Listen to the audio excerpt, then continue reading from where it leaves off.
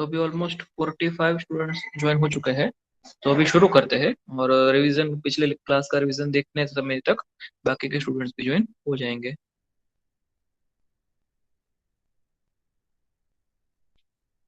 रस जो रस शास्त्र है, उसमें पहला जो शब्द आता है रस। इसके बारे में हमने इंट्रोडक्शन टू दिस सब्जेक्ट, ऐसा हमारा सबसे पहला क्लास लिया था। उस समय पे समझा था कि रस शास्त्र, उसमें जो पहला शब्द है रस, यानी कि वो है मर्क्यूरी या फिर पारद, या जिसे हम बोलते हैं गुजराती में पारो। तो जो मर्क्यूरी है, liquid metal, only liquid metal है, उसकी कुछ डेफिनेशंस हमने देखी थी। जैसे कि रसनात् सर्व धातु नाम रस इति अभिधीयते, जो सभी धातुओं को यानी कि रस रक्त मांस मेद को नहीं, यहाँ पे धातुओं को यानी कि सोना चांदी लोहा तांबा, इन सभी को खा जाता है, अपने अंदर समाहित कर लेता है, वो रस है।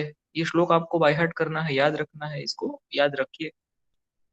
दूसरा हमने देखा था जरा रुक मृत्यु नाशाय रस्यते वा रसो मतः, यानी कि ऐसा जो पदार्थ है जो जरा यानी कि वृद्धावस्था का नाश करता है, रुक यानी कि व्याधियों का, रोगों का नाश करता है, और मृत्यु, डेथ को भी नहीं आने देता। अकाल मृत्यु तो बिल्कुल भी नहीं आती। और जो काल समय से वृद्धावस्था के बाद मृत्यु आती है, उसको भी डिले करने का काम इससे हो सकता है। तो ऐसा जो पदार्थ है उसे रस या फिर पारद मर्क्यूरी कहा जाएगा। दूसरी भी कुछ डेफिनेशंस देखी थी। पहली लाइन सेम है, रसनाथ सर्व धातु नाम रस इति अभिधीयते, जो सभी धातुओं को खा लेता है वो रस यानी कि पारद है। ऐसा मर्क्यूरी रसति भक्षयति सर्वान लोहान।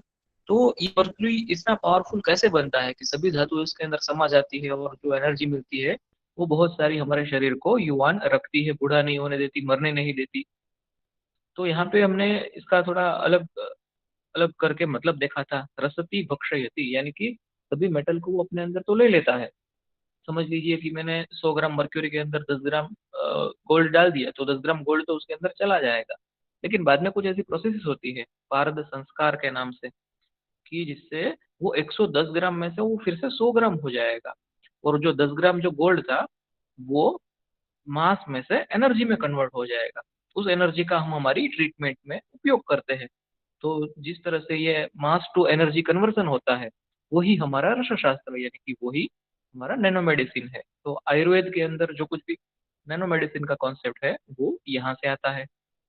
फिर एक हमने और देखा था, सभी जो जितने भी सारे रस द्रव्य है, रसशास्त्र के अंदर हम जितने भी द्रव्य पढ़ते हैं, उन सभी में सबसे ज्यादा जो इम्पोर्टेंट है वो ये है पारद मर्क्यूरी। तो उसी को हम रस या फिर रसराज ऐसे संज्ञा देते हैं। तो रस, महारस, उपरस, साधारण रस, ऐसे बहुत सारे ग्रुप्स हम पढ़ेंगे, डीप बहुत ही डिटेल में पढ़ने वाले हैं। तो उन सभी में जो सबसे ज्यादा इम्पोर्टेंट है, इसीलिए पूरे शास्त्र का नाम उसी के ऊपर दिया गया है, और उसी को हम रस या फिर रसराज ऐसे नाम से मर्क्यूरी को या पारद को जानते हैं। फिर एक और हमने डेफिनेशन देखा था, रसत्वात् द्रव रूपत्वात् रसः। ये एक ऐसी मेटल है, सिर्फ एक ही ऐसी मेटल है जो रूम टेम्परेचर पे भी लिक्विड स्टेट में रहती है। बाकी सभी जो धातुएं रहती है, जैसे कि सोना है, चांदी है, तांबा है, लोहा है, ये सभी मेटल्स है, ये सभी धातु है जो रूम टेम्परेचर पे सॉलिड होती है। उसको अगर हमें लिक्विड करना है तो काफी हाई टेम्परेचर देना पड़ता है। मुझे लोहे को पिघलाना है तो 2000 डिग्री टेम्परेचर देना पड़ेगा। तांबे को पिघलाना है तो 2000 डिग्री टेम्परेचर देना पड़ेगा। कुछ मेटल्स है जैसे कि टिन है, तो वो कम टेम्परेचर पे पिघल जाती है, लेकिन फिर भी उसको भी 300-400 डिग्री टेम्परेचर देना पड़ता है।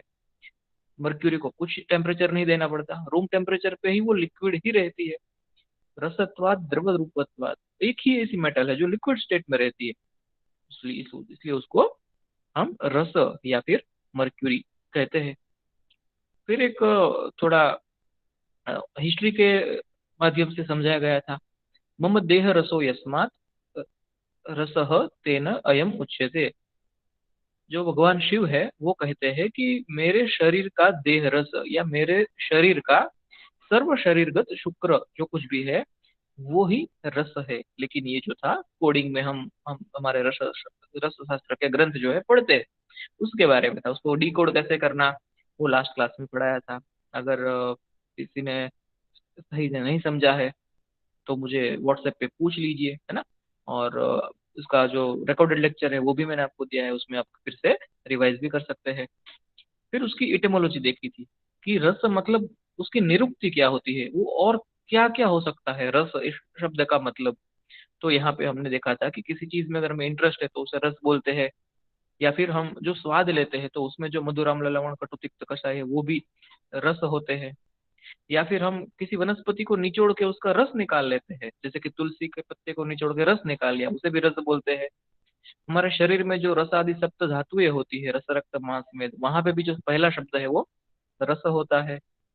बाद में हमें किसी इमोशन को व्यक्त करने के लिए किसी नाट्य रूपांतर में कहीं पे हमें जरूरत होती है, तो वहां पे भी हम रस शब्द का इस्तेमाल करते हैं। जैसे कि कोई हंसने वाला कॉमेडी होता है तो उसे हास्य रस बोलते हैं। कोई हॉरर होता है तो उसे रौद्र रस बोलते हैं, तो वहां पे भी रस शब्द का उपयोग होता है। फिर रस जो है वो ब्रह्मा के लिए भी उपयोग में लाया जाने वाला शब्द है, जो वेदों में से उपयोग में लिया जाता है। पानी को भी रस ऐसे नाम से बताया जाता है, अमृत को भी रस ऐसे नाम से बताया जाता है। तो ये जो एटिमोलॉजी है ये अक्सर एग्जाम में 2 मार्क्स में या 5 मार्क्स में पूछी जाती है। आप इसे याद रखिए। एटिमोलॉजी समझ लीजिए 5 मार्क्स में पूछी गई है, तो आपको 10 तरह से उसकी निरुक्ति लिखनी है। 5 मार्क्स के लिए 10 लाइन लिखनी है, तो यहाँ पे जो कुछ भी है वो पूरा ही आ जाएगा। अगर 2 मार्क्स के लिए होगा तो मिनिमम 4 इसकी निरुक्ति, 4 एटिमोलॉजी आपको लिखनी है। लेकिन इन सभी के बावजूद बहुत सारी निरुक्ति है उसकी, लेकिन सभी के बावजूद यहाँ पे प्रेजेंट कॉन्टेक्स्ट में हमारे रसशास्त्र के अधिकार में हमें क्या समझना है। रस यानी कि पारद, रस यानी कि मर्क्यूरी, एक ऐसी मेटल जो रूम टेम्परेचर पे लिक्विड स्टेट में रहती है। तो उसी की थोड़ी हिस्ट्री हम आज देखने वाले हैं आज की क्लास में। सर, तो हाँ, क्यों। अगर पूछा जाए कि what is the definition of रस, तो इन सारे श्लोक में से कौन सा जो बेस्ट है वो हम लिख सबसे पहला सकते हैं? वाला। Okay sir. तो याद तो हमें एक ही रखना है ना? सभी रखने हैं याद। Okay viva sir. में पूछते हैं कि एक श्लोक बताओ, वो आ गया तो पूछते हैं दूसरा बताओ, इसलिए। Okay sir. तो आज हमारा जो टॉपिक है हिस्ट्री ऑफ रसशास्त्र, वो शुरू करेंगे। काफी बड़ी लंबी चौड़ी हिस्ट्री है इसकी। तो अक्सर जब ये क्वेश्चन पूछा जाता है एग्जाम में, ये 10 मार्क के लिए होता है, हिस्ट्री ऑफ रसशास्त्र। और वाइवा के लिए छोटे छोटे क्वेश्चन इसमें बहुत सारे होते हैं।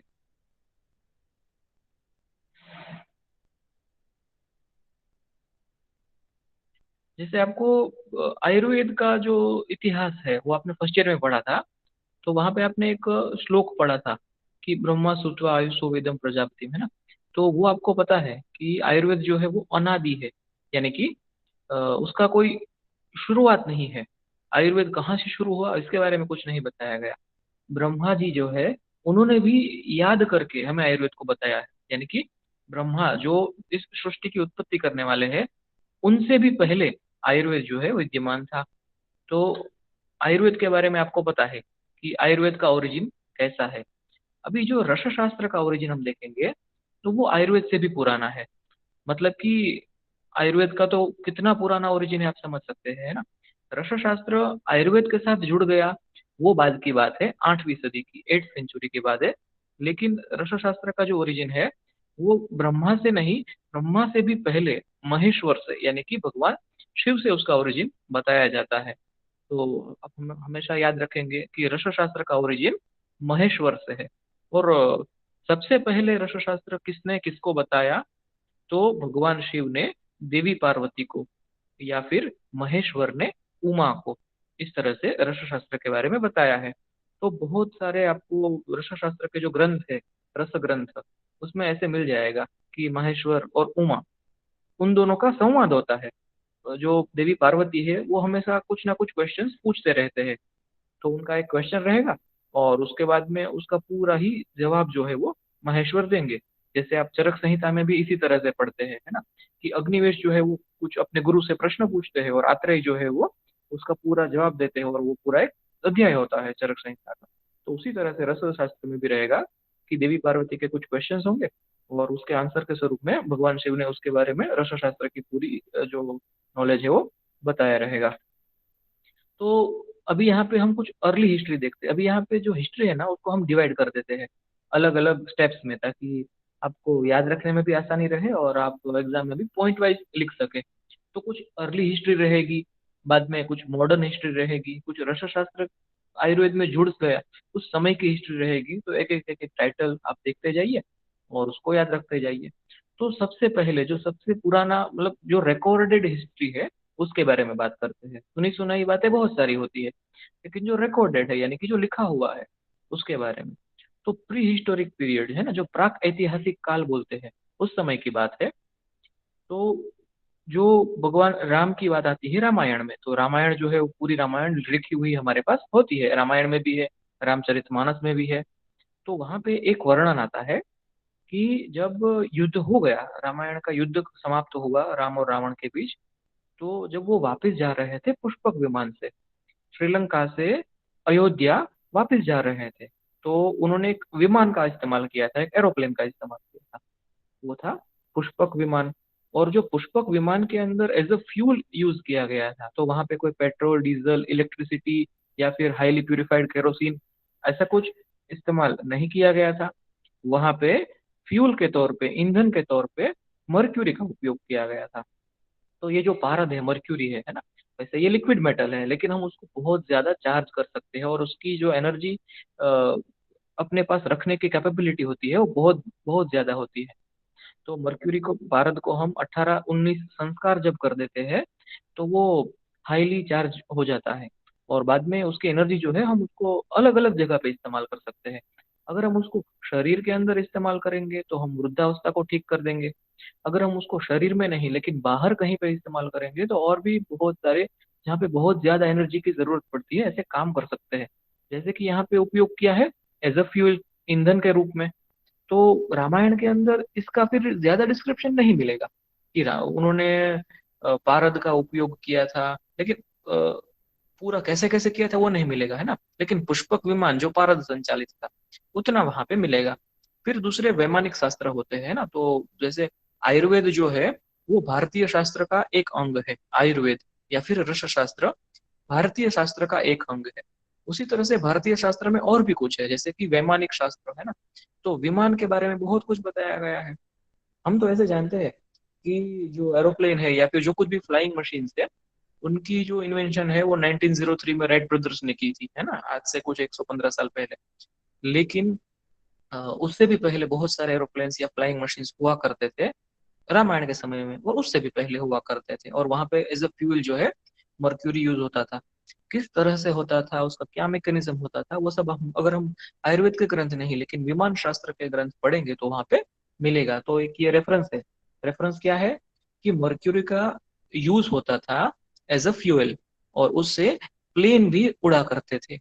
तो एक ये मर्क्यूरी का ये यूज अर्ली हिस्ट्री में हमें मिलता है, वो रस शास्त्र का ही था। क्योंकि हम अगर सिंपल मर्क्यूरी को लेके फ्यूल नहीं बना सकते, लेकिन पारद के 18 जो संस्कार रस शास्त्र में बताए गए हैं वो करने के बाद हम उसको एज ए फ्यूल यूज कर सकते हैं। तो ये रस शास्त्र का रेफरेंस हुआ।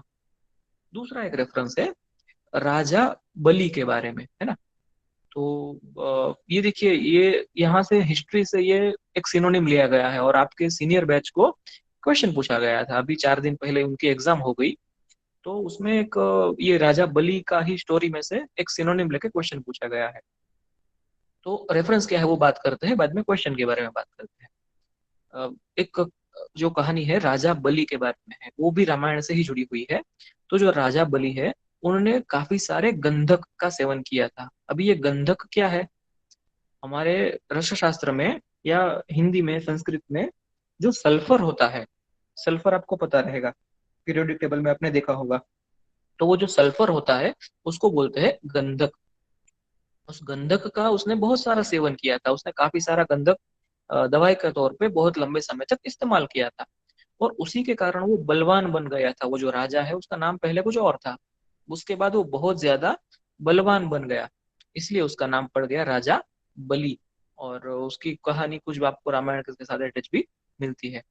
तो ये जो है देवी पार्वती का रज है, ऐसा बताया जाता है कोडिंग मैनर में।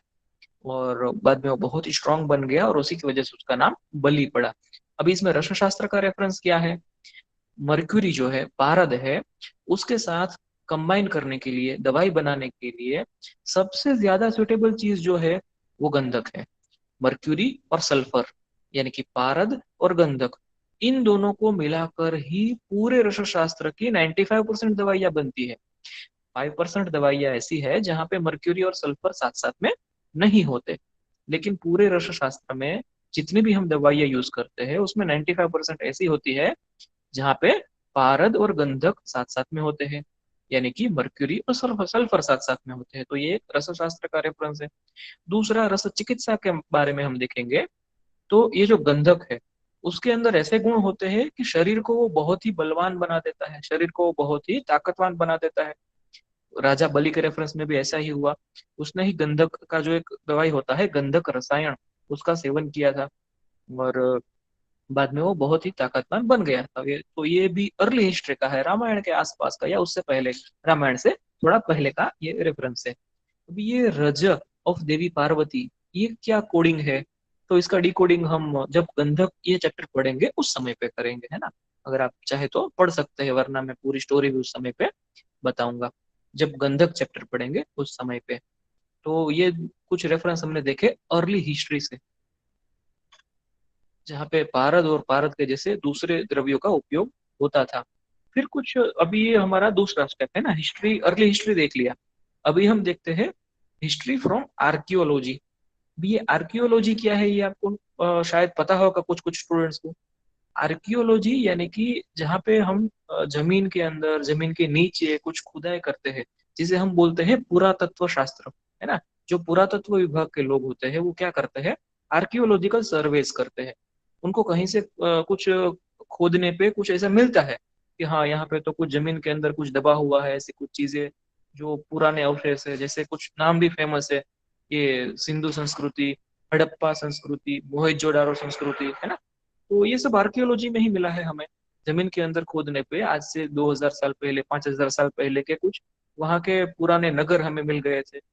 कुछ जैसे डायनासोर के कंकाल हमें अलग अलग जगहों पे मिले थे दूसरे देशों में। तो वो भी आर्कियोलॉजिकल सर्वे में मिलते हैं, यानी कि वो पुरातत्व का सर्वे करते हैं, जमीन के अंदर खोद काम करते हैं, बहुत ही बारीकी से उसका स्टडी करते हैं। तो वहां से तो हमें डायरेक्टली एविडेंस मिलते हैं ना, जमीन के अंदर खोद के हमें मिल गया। तो यहाँ पे जो हड़प्पा संस्कृति है, सिंधु संस्कृति है, वहां पे जब आर्कियोलॉजिकल सर्वे हुआ था तो वहां पे बहुत सारे रसद्रव्यों का और वो कुछ मेटल्स का, इंस्ट्रूमेंट्स के अंदर, इंस्ट्रूमेंट्स बनाने के अंदर, इंस्ट्रूमेंट्स के अंदर यूज करने के अंदर बहुत सारे ऐसे रसद्रव्यों का उपयोग मिला था।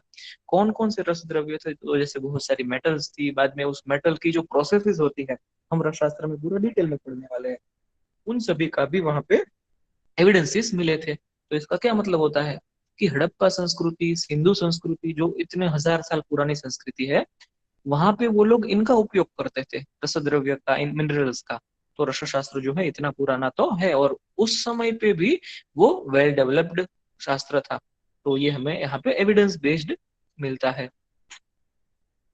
फिर कुछ वेद में, उपवेद में कुछ हिस्ट्री मिलती है, तो उसके बारे में हम देखेंगे। जैसे कि ऋग्वेद है या ऋग्वेद है ना। तो उसके अंदर हमें रत्न, फिर रत्न के अलग अलग टाइप्स, फिर रत्न का उपयोग कैसे करना जिससे लॉन्जिविटी, लॉन्जिविटी यानी क्या है कि लंबी उम्र हमें मिल पाए। तो इसके दो तरह से यूज होते हैं रत्न के। आप जब हमारा रस शास्त्र का सिलेबस देखेंगे ना, तो उसमें भी रत्न उपरत्न नाम से एक चैप्टर है। तो रत्न के अंदर क्या होता है, जैसे कि हीरा, मोती, माणिक, है ना, ऐसे बहुत सारे जो कीमती पत्थर होते हैं उसको रत्न, और कुछ उपरत्न ऐसे बोले जाते हैं। तो उसका दो तरह से उपयोग करते हैं। एक तो आपको पता रहेगा कि मोती की माला होती है ना, डायमंड का नेकलेस होता है। तो बाहर से शरीर के ऊपर धारण करने के लिए, बाहर से पहनने के लिए, कोई गले में माला बनाएगा, कोई अंगूठी बनाएगा, उस तरह से भी उसका उपयोग होता है। वो सिर्फ फैशन के लिए है, लेकिन उसका चिकित्सा में भी उपयोग होता है उसी तरह से। दूसरा, इन सभी रत्नों की, यानी कि हीरा, हीरे की, डायमंड की, मोती की, माणिक की, इन सभी का उपयोग करके दवाई बनाना। जैसे कि अगर डायमंड है तो हम उसकी भस्म बना देते हैं, है ना। अगर मोती है तो हम उसकी पिष्टी बना देते हैं, मोती पिष्टी। फिर वो आंखों के लिए बहुत हितकर है, आंखों के बहुत सारे रोग जो है दूर होते हैं। अगर हीरा है, डायमंड है, तो हम उसकी हीरे की भस्म बना देते हैं, तो वो कैंसर रोग में बहुत ही ज्यादा उपयोगी है। तो इस तरह से अलग अलग उसके लॉन्जेविटी में, यानी कि दीर्घायु होने के लिए उसके उपयोग, तो वो हमें ऋग्वेद में उसके कुछ रेफरेंसेस मिलते हैं। दूसरा बात करते हैं यजुर्वेद की। तो जो दूसरा वेद है यजुर्वेद, वहां पे हमें लोह, यानी कि अलग अलग मेटल्स, धातु के बारे में और उसके इंस्ट्रूमेंट्स के बारे में, उसके यूज के बारे में कुछ रेफरेंसेस मिलते हैं। तो मतलब कि यजुर्वेद तो कितना पुराना ग्रंथ है, तो उसके अंदर भी हमें अलग अलग मेटल्स के बारे में और उसके यूज करने के लिए इंस्ट्रूमेंट जो है उसके बारे में रेफरेंसेस मिलते हैं। फिर एक है अथर्ववेद, और अथर्ववेद और उसका उपवेद आयुर्वेद। तो आयुर्वेद में तो पूरा का पूरा रस शास्त्र का बहुत ही बढ़िया डिस्क्रिप्शन मिलता है। हालांकि उसमें कुछ बहुत सारा जो डिटेल है वो 8वीं सदी के बाद वाला भी है, लेकिन अथर्ववेद में भी उसका डिस्क्रिप्शन मिलता है। तो उसके अंदर भी वेद के अंदर क्या क्या लिखा हुआ है वो सब हमें याद करने की, बायहट करने की ऐसा कुछ जरूरत नहीं है, लेकिन हमें बस ये पता होना चाहिए कि वेद उपवेद इन सभी के अंदर रस शास्त्र का रेफरेंस किस तरह से मिलता है। तो ये है। फिर जो कुछ उपनिषद है, कुछ पुराण है, स्मृति ग्रंथ है, भारतीय शास्त्र के अंदर, भारतीय इंडियन लिटरेचर जो है उसके अंदर इस तरह के बहुत सारे ग्रंथ है, उपनिषद, पुराण, स्मृति ग्रंथ। तो उस उन सभी के अंदर भी हमारे जितने भी रस शास्त्र के द्रव्य है, रस द्रव्य है, उन सभी का डिस्क्रिप्शन, यानी कि वर्णन, फिर उनका शोधन, उनकी अलग अलग प्रोसेसेस, उनका प्यूरिफिकेशन, उसमें से भस्म कैसे बनानी, ऐसे बहुत सारे रेफरेंस उसमें मिलते हैं। समझ लीजिए किसी उपनिषद में, किसी पुराण में एक वर्णन मिलता होगा कि ये जो धातु है या फिर ये जो रस द्रव्य है, एक तांबा है, उस तांबे की भस्म का ऐसे ऐसे यूज करते हैं। तो इसका मतलब क्या होता है, उन समय पे उन्होंने तांबे की भस्म का यूज किया होगा, उससे लिवर की बीमारियों को ठीक किया होगा। इस मतलब उपनिषद या पुराण या स्मृति ग्रंथ जिस समय पे लिखे गए, उस समय पे भी चिकित्सा में इसका इतना वेल डेवलप्ड उपयोग था। तो वेद उपवेद से हमें इस तरह से रस शास्त्र की हिस्ट्री मिलती है। फिर संहिता में से हिस्ट्री, अभी ये तो संहिता जो आप पढ़ते हैं, चरक संहिता आपने सेकंड ईयर से पढ़ना शुरू किया। तो चरक संहिता, वैसे तो पूरी चरक संहिता में ज्यादातर वनस्पतियों का ही उपयोग किया गया है। जितनी भी चिकित्सा के अंदर अलग अलग औषधि के बारे में बताया गया है, तो उसमें सबसे ज्यादा उपयोग अलग अलग तरह की वनस्पतियों का किया गया है ना। पेड़ का, पौधों का, उसके पंचांग का, मूल, पत्र, फूल, फल, फूल, इन सभी का उपयोग किया गया है। लेकिन मेडिसिनल यूज हमारे रस शास्त्र के द्रव्यों का भी है। तो यहाँ से हम इंट्रोडक्शन करते हैं कुछ कुछ रस द्रव्यों का, है ना, रस शास्त्र के द्रव्यों का। जैसे कि सुवर्ण, यानी कि सोना, गोल्ड। बाद में सोमल, सोमल जो है वो एक आर्सेनिक प्रिपरेशन है। तो आप आज पीरियोडिक टेबल खोल के देखिएगा, आर्सेनिक कहाँ पे आता है, आर्सेनिक नाम का एलिमेंट है ना। तो आर्सेनिक का ऑक्साइड होता है, उसको बोलते हैं सोमल, या फिर गौरी पाषाण भी उसका एक सिनोनिम है। फिर एक है पंचलोह। तो पंचलोह के अंदर 5 तरह की अलग अलग मिश्र धातुएं होती है, जिसके अंदर पित्तल होता है, बाद में तांबा होता है, उस तरह से अलग अलग 5 होती है। तो उसके बारे में भी हम डिटेल में देखेंगे। बाद में है सिकता। सिकता यानी कि रेत, रेती, अलग अलग तरह की जो रेत होती है उसका भी हम दवाई बनाने में उपयोग करते हैं। बाद में है सुधा। सुधा यानी कि चूने का पत्थर जो होता है उसका भी हम दवाई बनाने में उपयोग करते हैं। फिर है मनहशिला। मनहशिला अगेन ये एक आर्सेनिक प्रिपरेशन है, आर्सेनिक का डाइसल्फाइड है, जैसे आर्सेनिक डाइसल्फाइड AS2H2। तो आप देखिए आर्सेनिक पीरियोडिक टेबल में कहाँ पे है, सल्फर पीरियोडिक टेबल में कहाँ पे है, देखिए। और एक केमिकल जो अणुसूत्र है वो लिख लीजिए, AS2H2, वो मनहशिला है। तो उसका भी हमें वर्णन मिलता है चरक संहिता में। फिर मणि यानी कि रत्न, अलग अलग तरह के बहुत सारे रत्न, हीरा, मोती, माणिक और भी बहुत सारे है। फिर लवण। लवण, आपको लवण तो पता है कि लवण यानी क्या है ना, लवण रस, मधुर अम्ल लवण रस, वो खारा स्वाद वाला है ना, जो खारा होता है। तो लवण भी 5 तरह के हम देखते हैं यहाँ पे, जैसे कि सैंधव लवण, सौवर्चल लवण, बिड लवण। तो वो भी हम डिटेल में देखेंगे, वो भी चरक संहिता में भी उसके बारे में बताया गया है। बाद में है गैरिक। गैरिक यानी कि गेरू माटी, जो हम लीपने के लिए जो उपयोग करते हैं, है ना, लाल रंग की जो माटी होती है गैरी, उसका। बाद में शिलाजतु, शिलाजतु यानी कि शिलाजीत। फिर मंडूर, मंडूर यानी कि लोह कीट, जो लोहे का काट होता है। रस्ट ऑफ आयरन या फिर लोहे का जंग जो होता है, उसका भी हम दवाई में उपयोग करते हैं। तो लीवर की, स्प्लीन की बहुत सारी बीमारियां उससे ठीक होती है। और जो हमारा मेन है, रस यानी कि पारद, मर्क्यूरी, इन इन सभी द्रव्यों का चरक संहिता में डिस्क्रिप्शन मिलता है। तो चरक संहिता का चिकित्सा स्थान जो आप थर्ड ईयर में पढ़ेंगे, बाद में कल्प सिद्धि स्थान, वहां पे, और सूत्र स्थान में भी कहीं कहीं जगहों पे इसके बारे में हमें वर्णन मिलता है। तो चरक संहिता में तो मेनली वनस्पति के बारे में उपयोग में आएगा, लेकिन लिखा हुआ रहेगा वहां पे, ये रोग की ये अवस्था जो है वो वनस्पति से ठीक नहीं होगी, तब आप इन द्रव्यों का उपयोग करिए, तो इनसे तो जरूर ठीक हो जाएगा जो बीमारी है वो। बाद में दूसरी संहिता है सुश्रुत संहिता। तो आपको सुश्रुत संहिता ये नाम पता है, शायद खोल के पढ़ी नहीं होगी, तो फोर्थ ईयर में आप पढ़ लेंगे। तो उसके अंदर जो है मेडिसिनल यूज इन सभी के दिए हुए हैं, जैसे कि मर्क्यूरी, बाद में सोमल हमने देखा, अयस्कृति यानी लोह यानी कि आयरन, बाद में है त्रप्पादि गण, मतलब कि पूरा वहां पे तो एक ग्रुप दिया गया है, एक गण दिया गया है, त्रप्पादि गण यानी कि पूरा सभी मेटल्स के बारे में, है ना, जिसमें लोहा, सोना, चांदी, तांबा सभी मेटल्स आ जाएंगे। बाद में है उषकादि गण, उषकादि गण यानी कि सभी मिनरल्स। मिनरल्स क्या है, जो जमीन में से खोद के, खान में से खोद के जो हमें मिलता है, वो सभी मिनरल्स है। भी उसके अंदर मेटल भी हो सकती है, मेटल के अलावा नॉन मेटल्स भी हो सकती है, यानी कि धातु और धातु सभी चीजें उसके अंदर रहेगी। और उन सभी का हम दवाई बनाने में उपयोग करते हैं, उन दवाई का रोगों को ठीक करने में उपयोग करते हैं। बाद में एक है डिस्क्रिप्शन अबाउट ताप्य यानी कि माक्षिक। अभी ये एक तरह का पत्थर होता है। ताप्य इसलिए बोला जाता है कि तापी नदी के किनारे मिलता है, सूरत के पास में जो तापी नदी है, तो उसके किनारे ये बहुत सारा मिलता है, इसलिए उसको ताप्य बोला जाता है। तो वो मार्कशीट, फिर उसमें स्वर्ण मार्कशीट, रजत मार्कशीट, ऐसे बहुत सारे अलग अलग क्वालिटीज के पत्थर होते हैं। बेसिकली वो आयरन कॉपर सल्फाइड होता है। तो Fe2Cu(S3) या Fe2Cu(S5), इस तरह के उसके कंपोजिशंस होते हैं। तो आयरन, कॉपर और सल्फर, इन तीनों का मिश्रण होकर वो एक पत्थर बन जाता है। वो तापी नदी के किनारे बहुत सारा मिलता है, तो उसके बारे में भी सुश्रुत संहिता में काफी बताया गया है।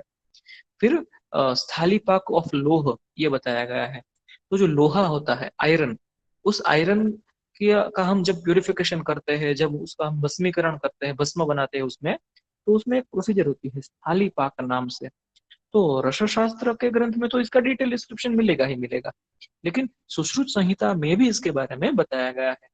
तो कौन सी संहिता में क्या क्या पॉइंट्स बताए गए हैं, इसको आप, ये जो पॉइंट्स है यहाँ पे मैं आपको इसकी पीडीएफ भी भेज देता हूँ, तो आप इसको लिखिए। सिर्फ पढ़ने से ये याद नहीं रहेगा, कौन सी संहिता में कौन कौन से रसशास्त्र शास्त्र के पॉइंट्स है, अब 2 बार 3 बार 4 बार एक बार रफ बुक में लिख लीजिए, तो आपको ये इजीली याद रह जाएगा।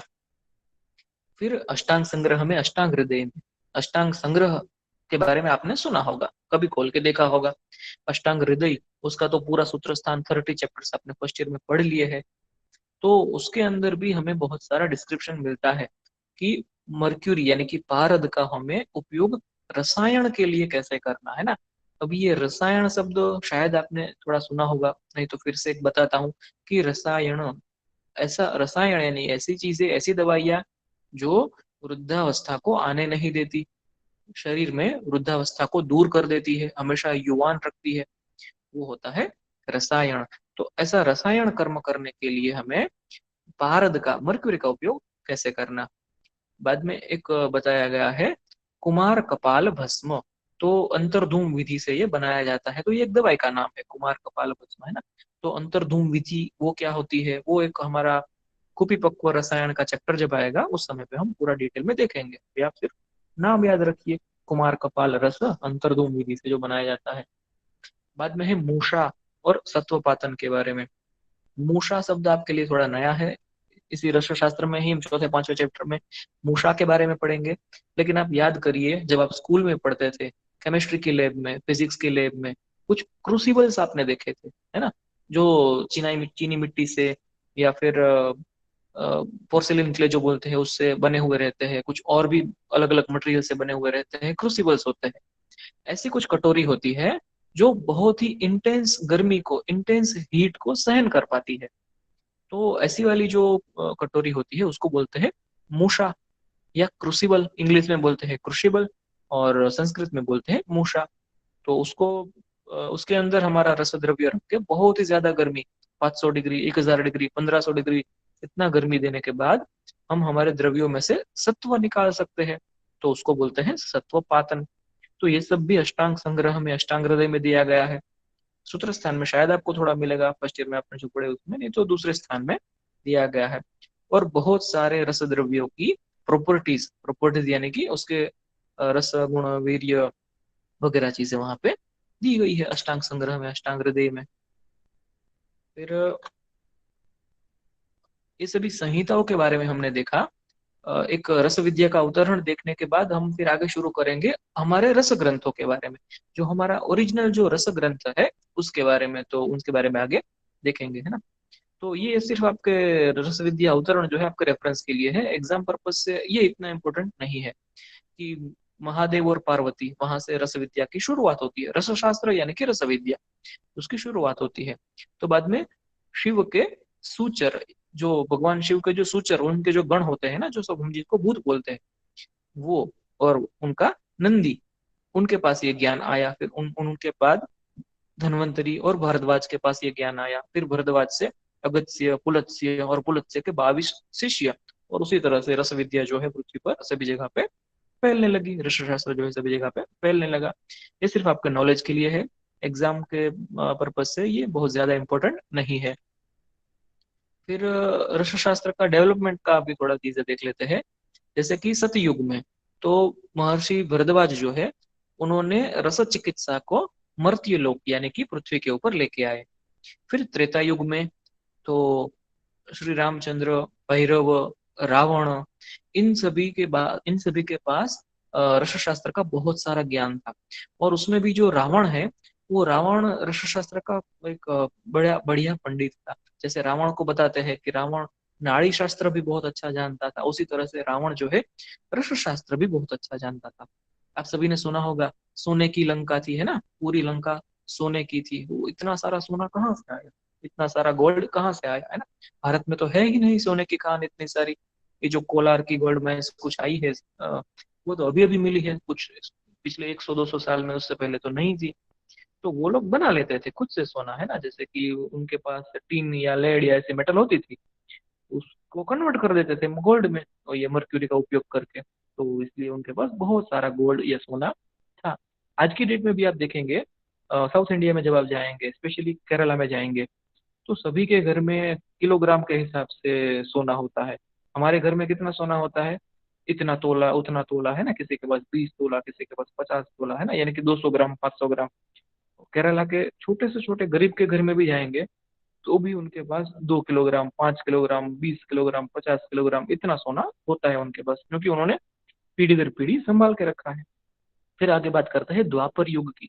तो द्वापर युग में महर्षि पतंजलि, महर्षि मट्ट, मांडव्य, व्याडी, भीमसेन, मयदानव, नकुल, सहदेव, शिशुपाल, है ना, करासंघ, इन सभी ने रसशास्त्र को पश्चिम भारत में फैलाया।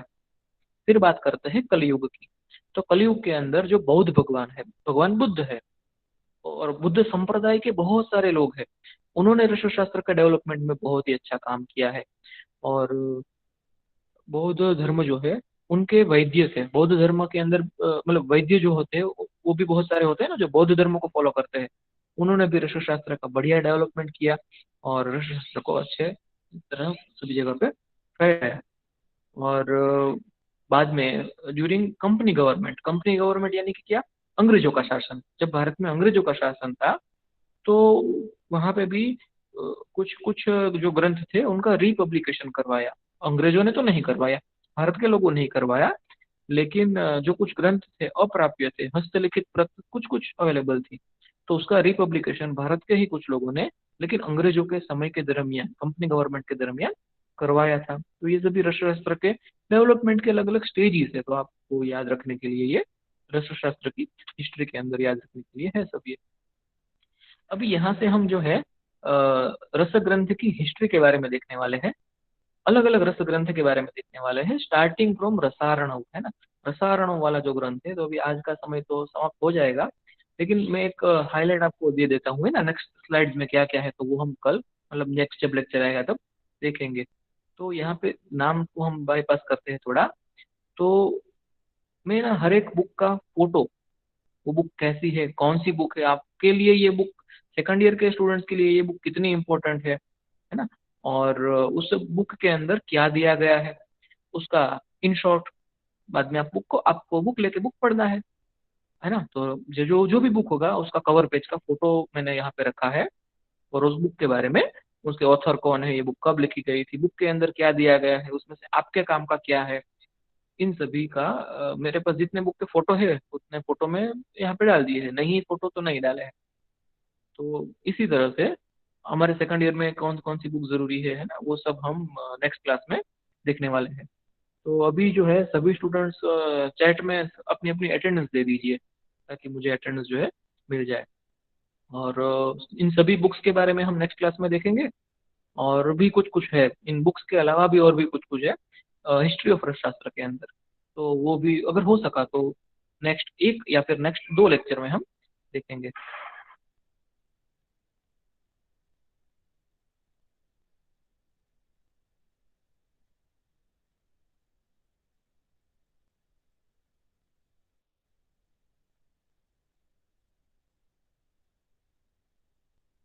तो अभी आप जैसे देखिए, ये हमारे सिलेबस के अंदर डेफिनेशन, इटिमोलॉजी है ना, यानी कि निरुक्ति, ये सब हमने पढ़ा रस के बारे में।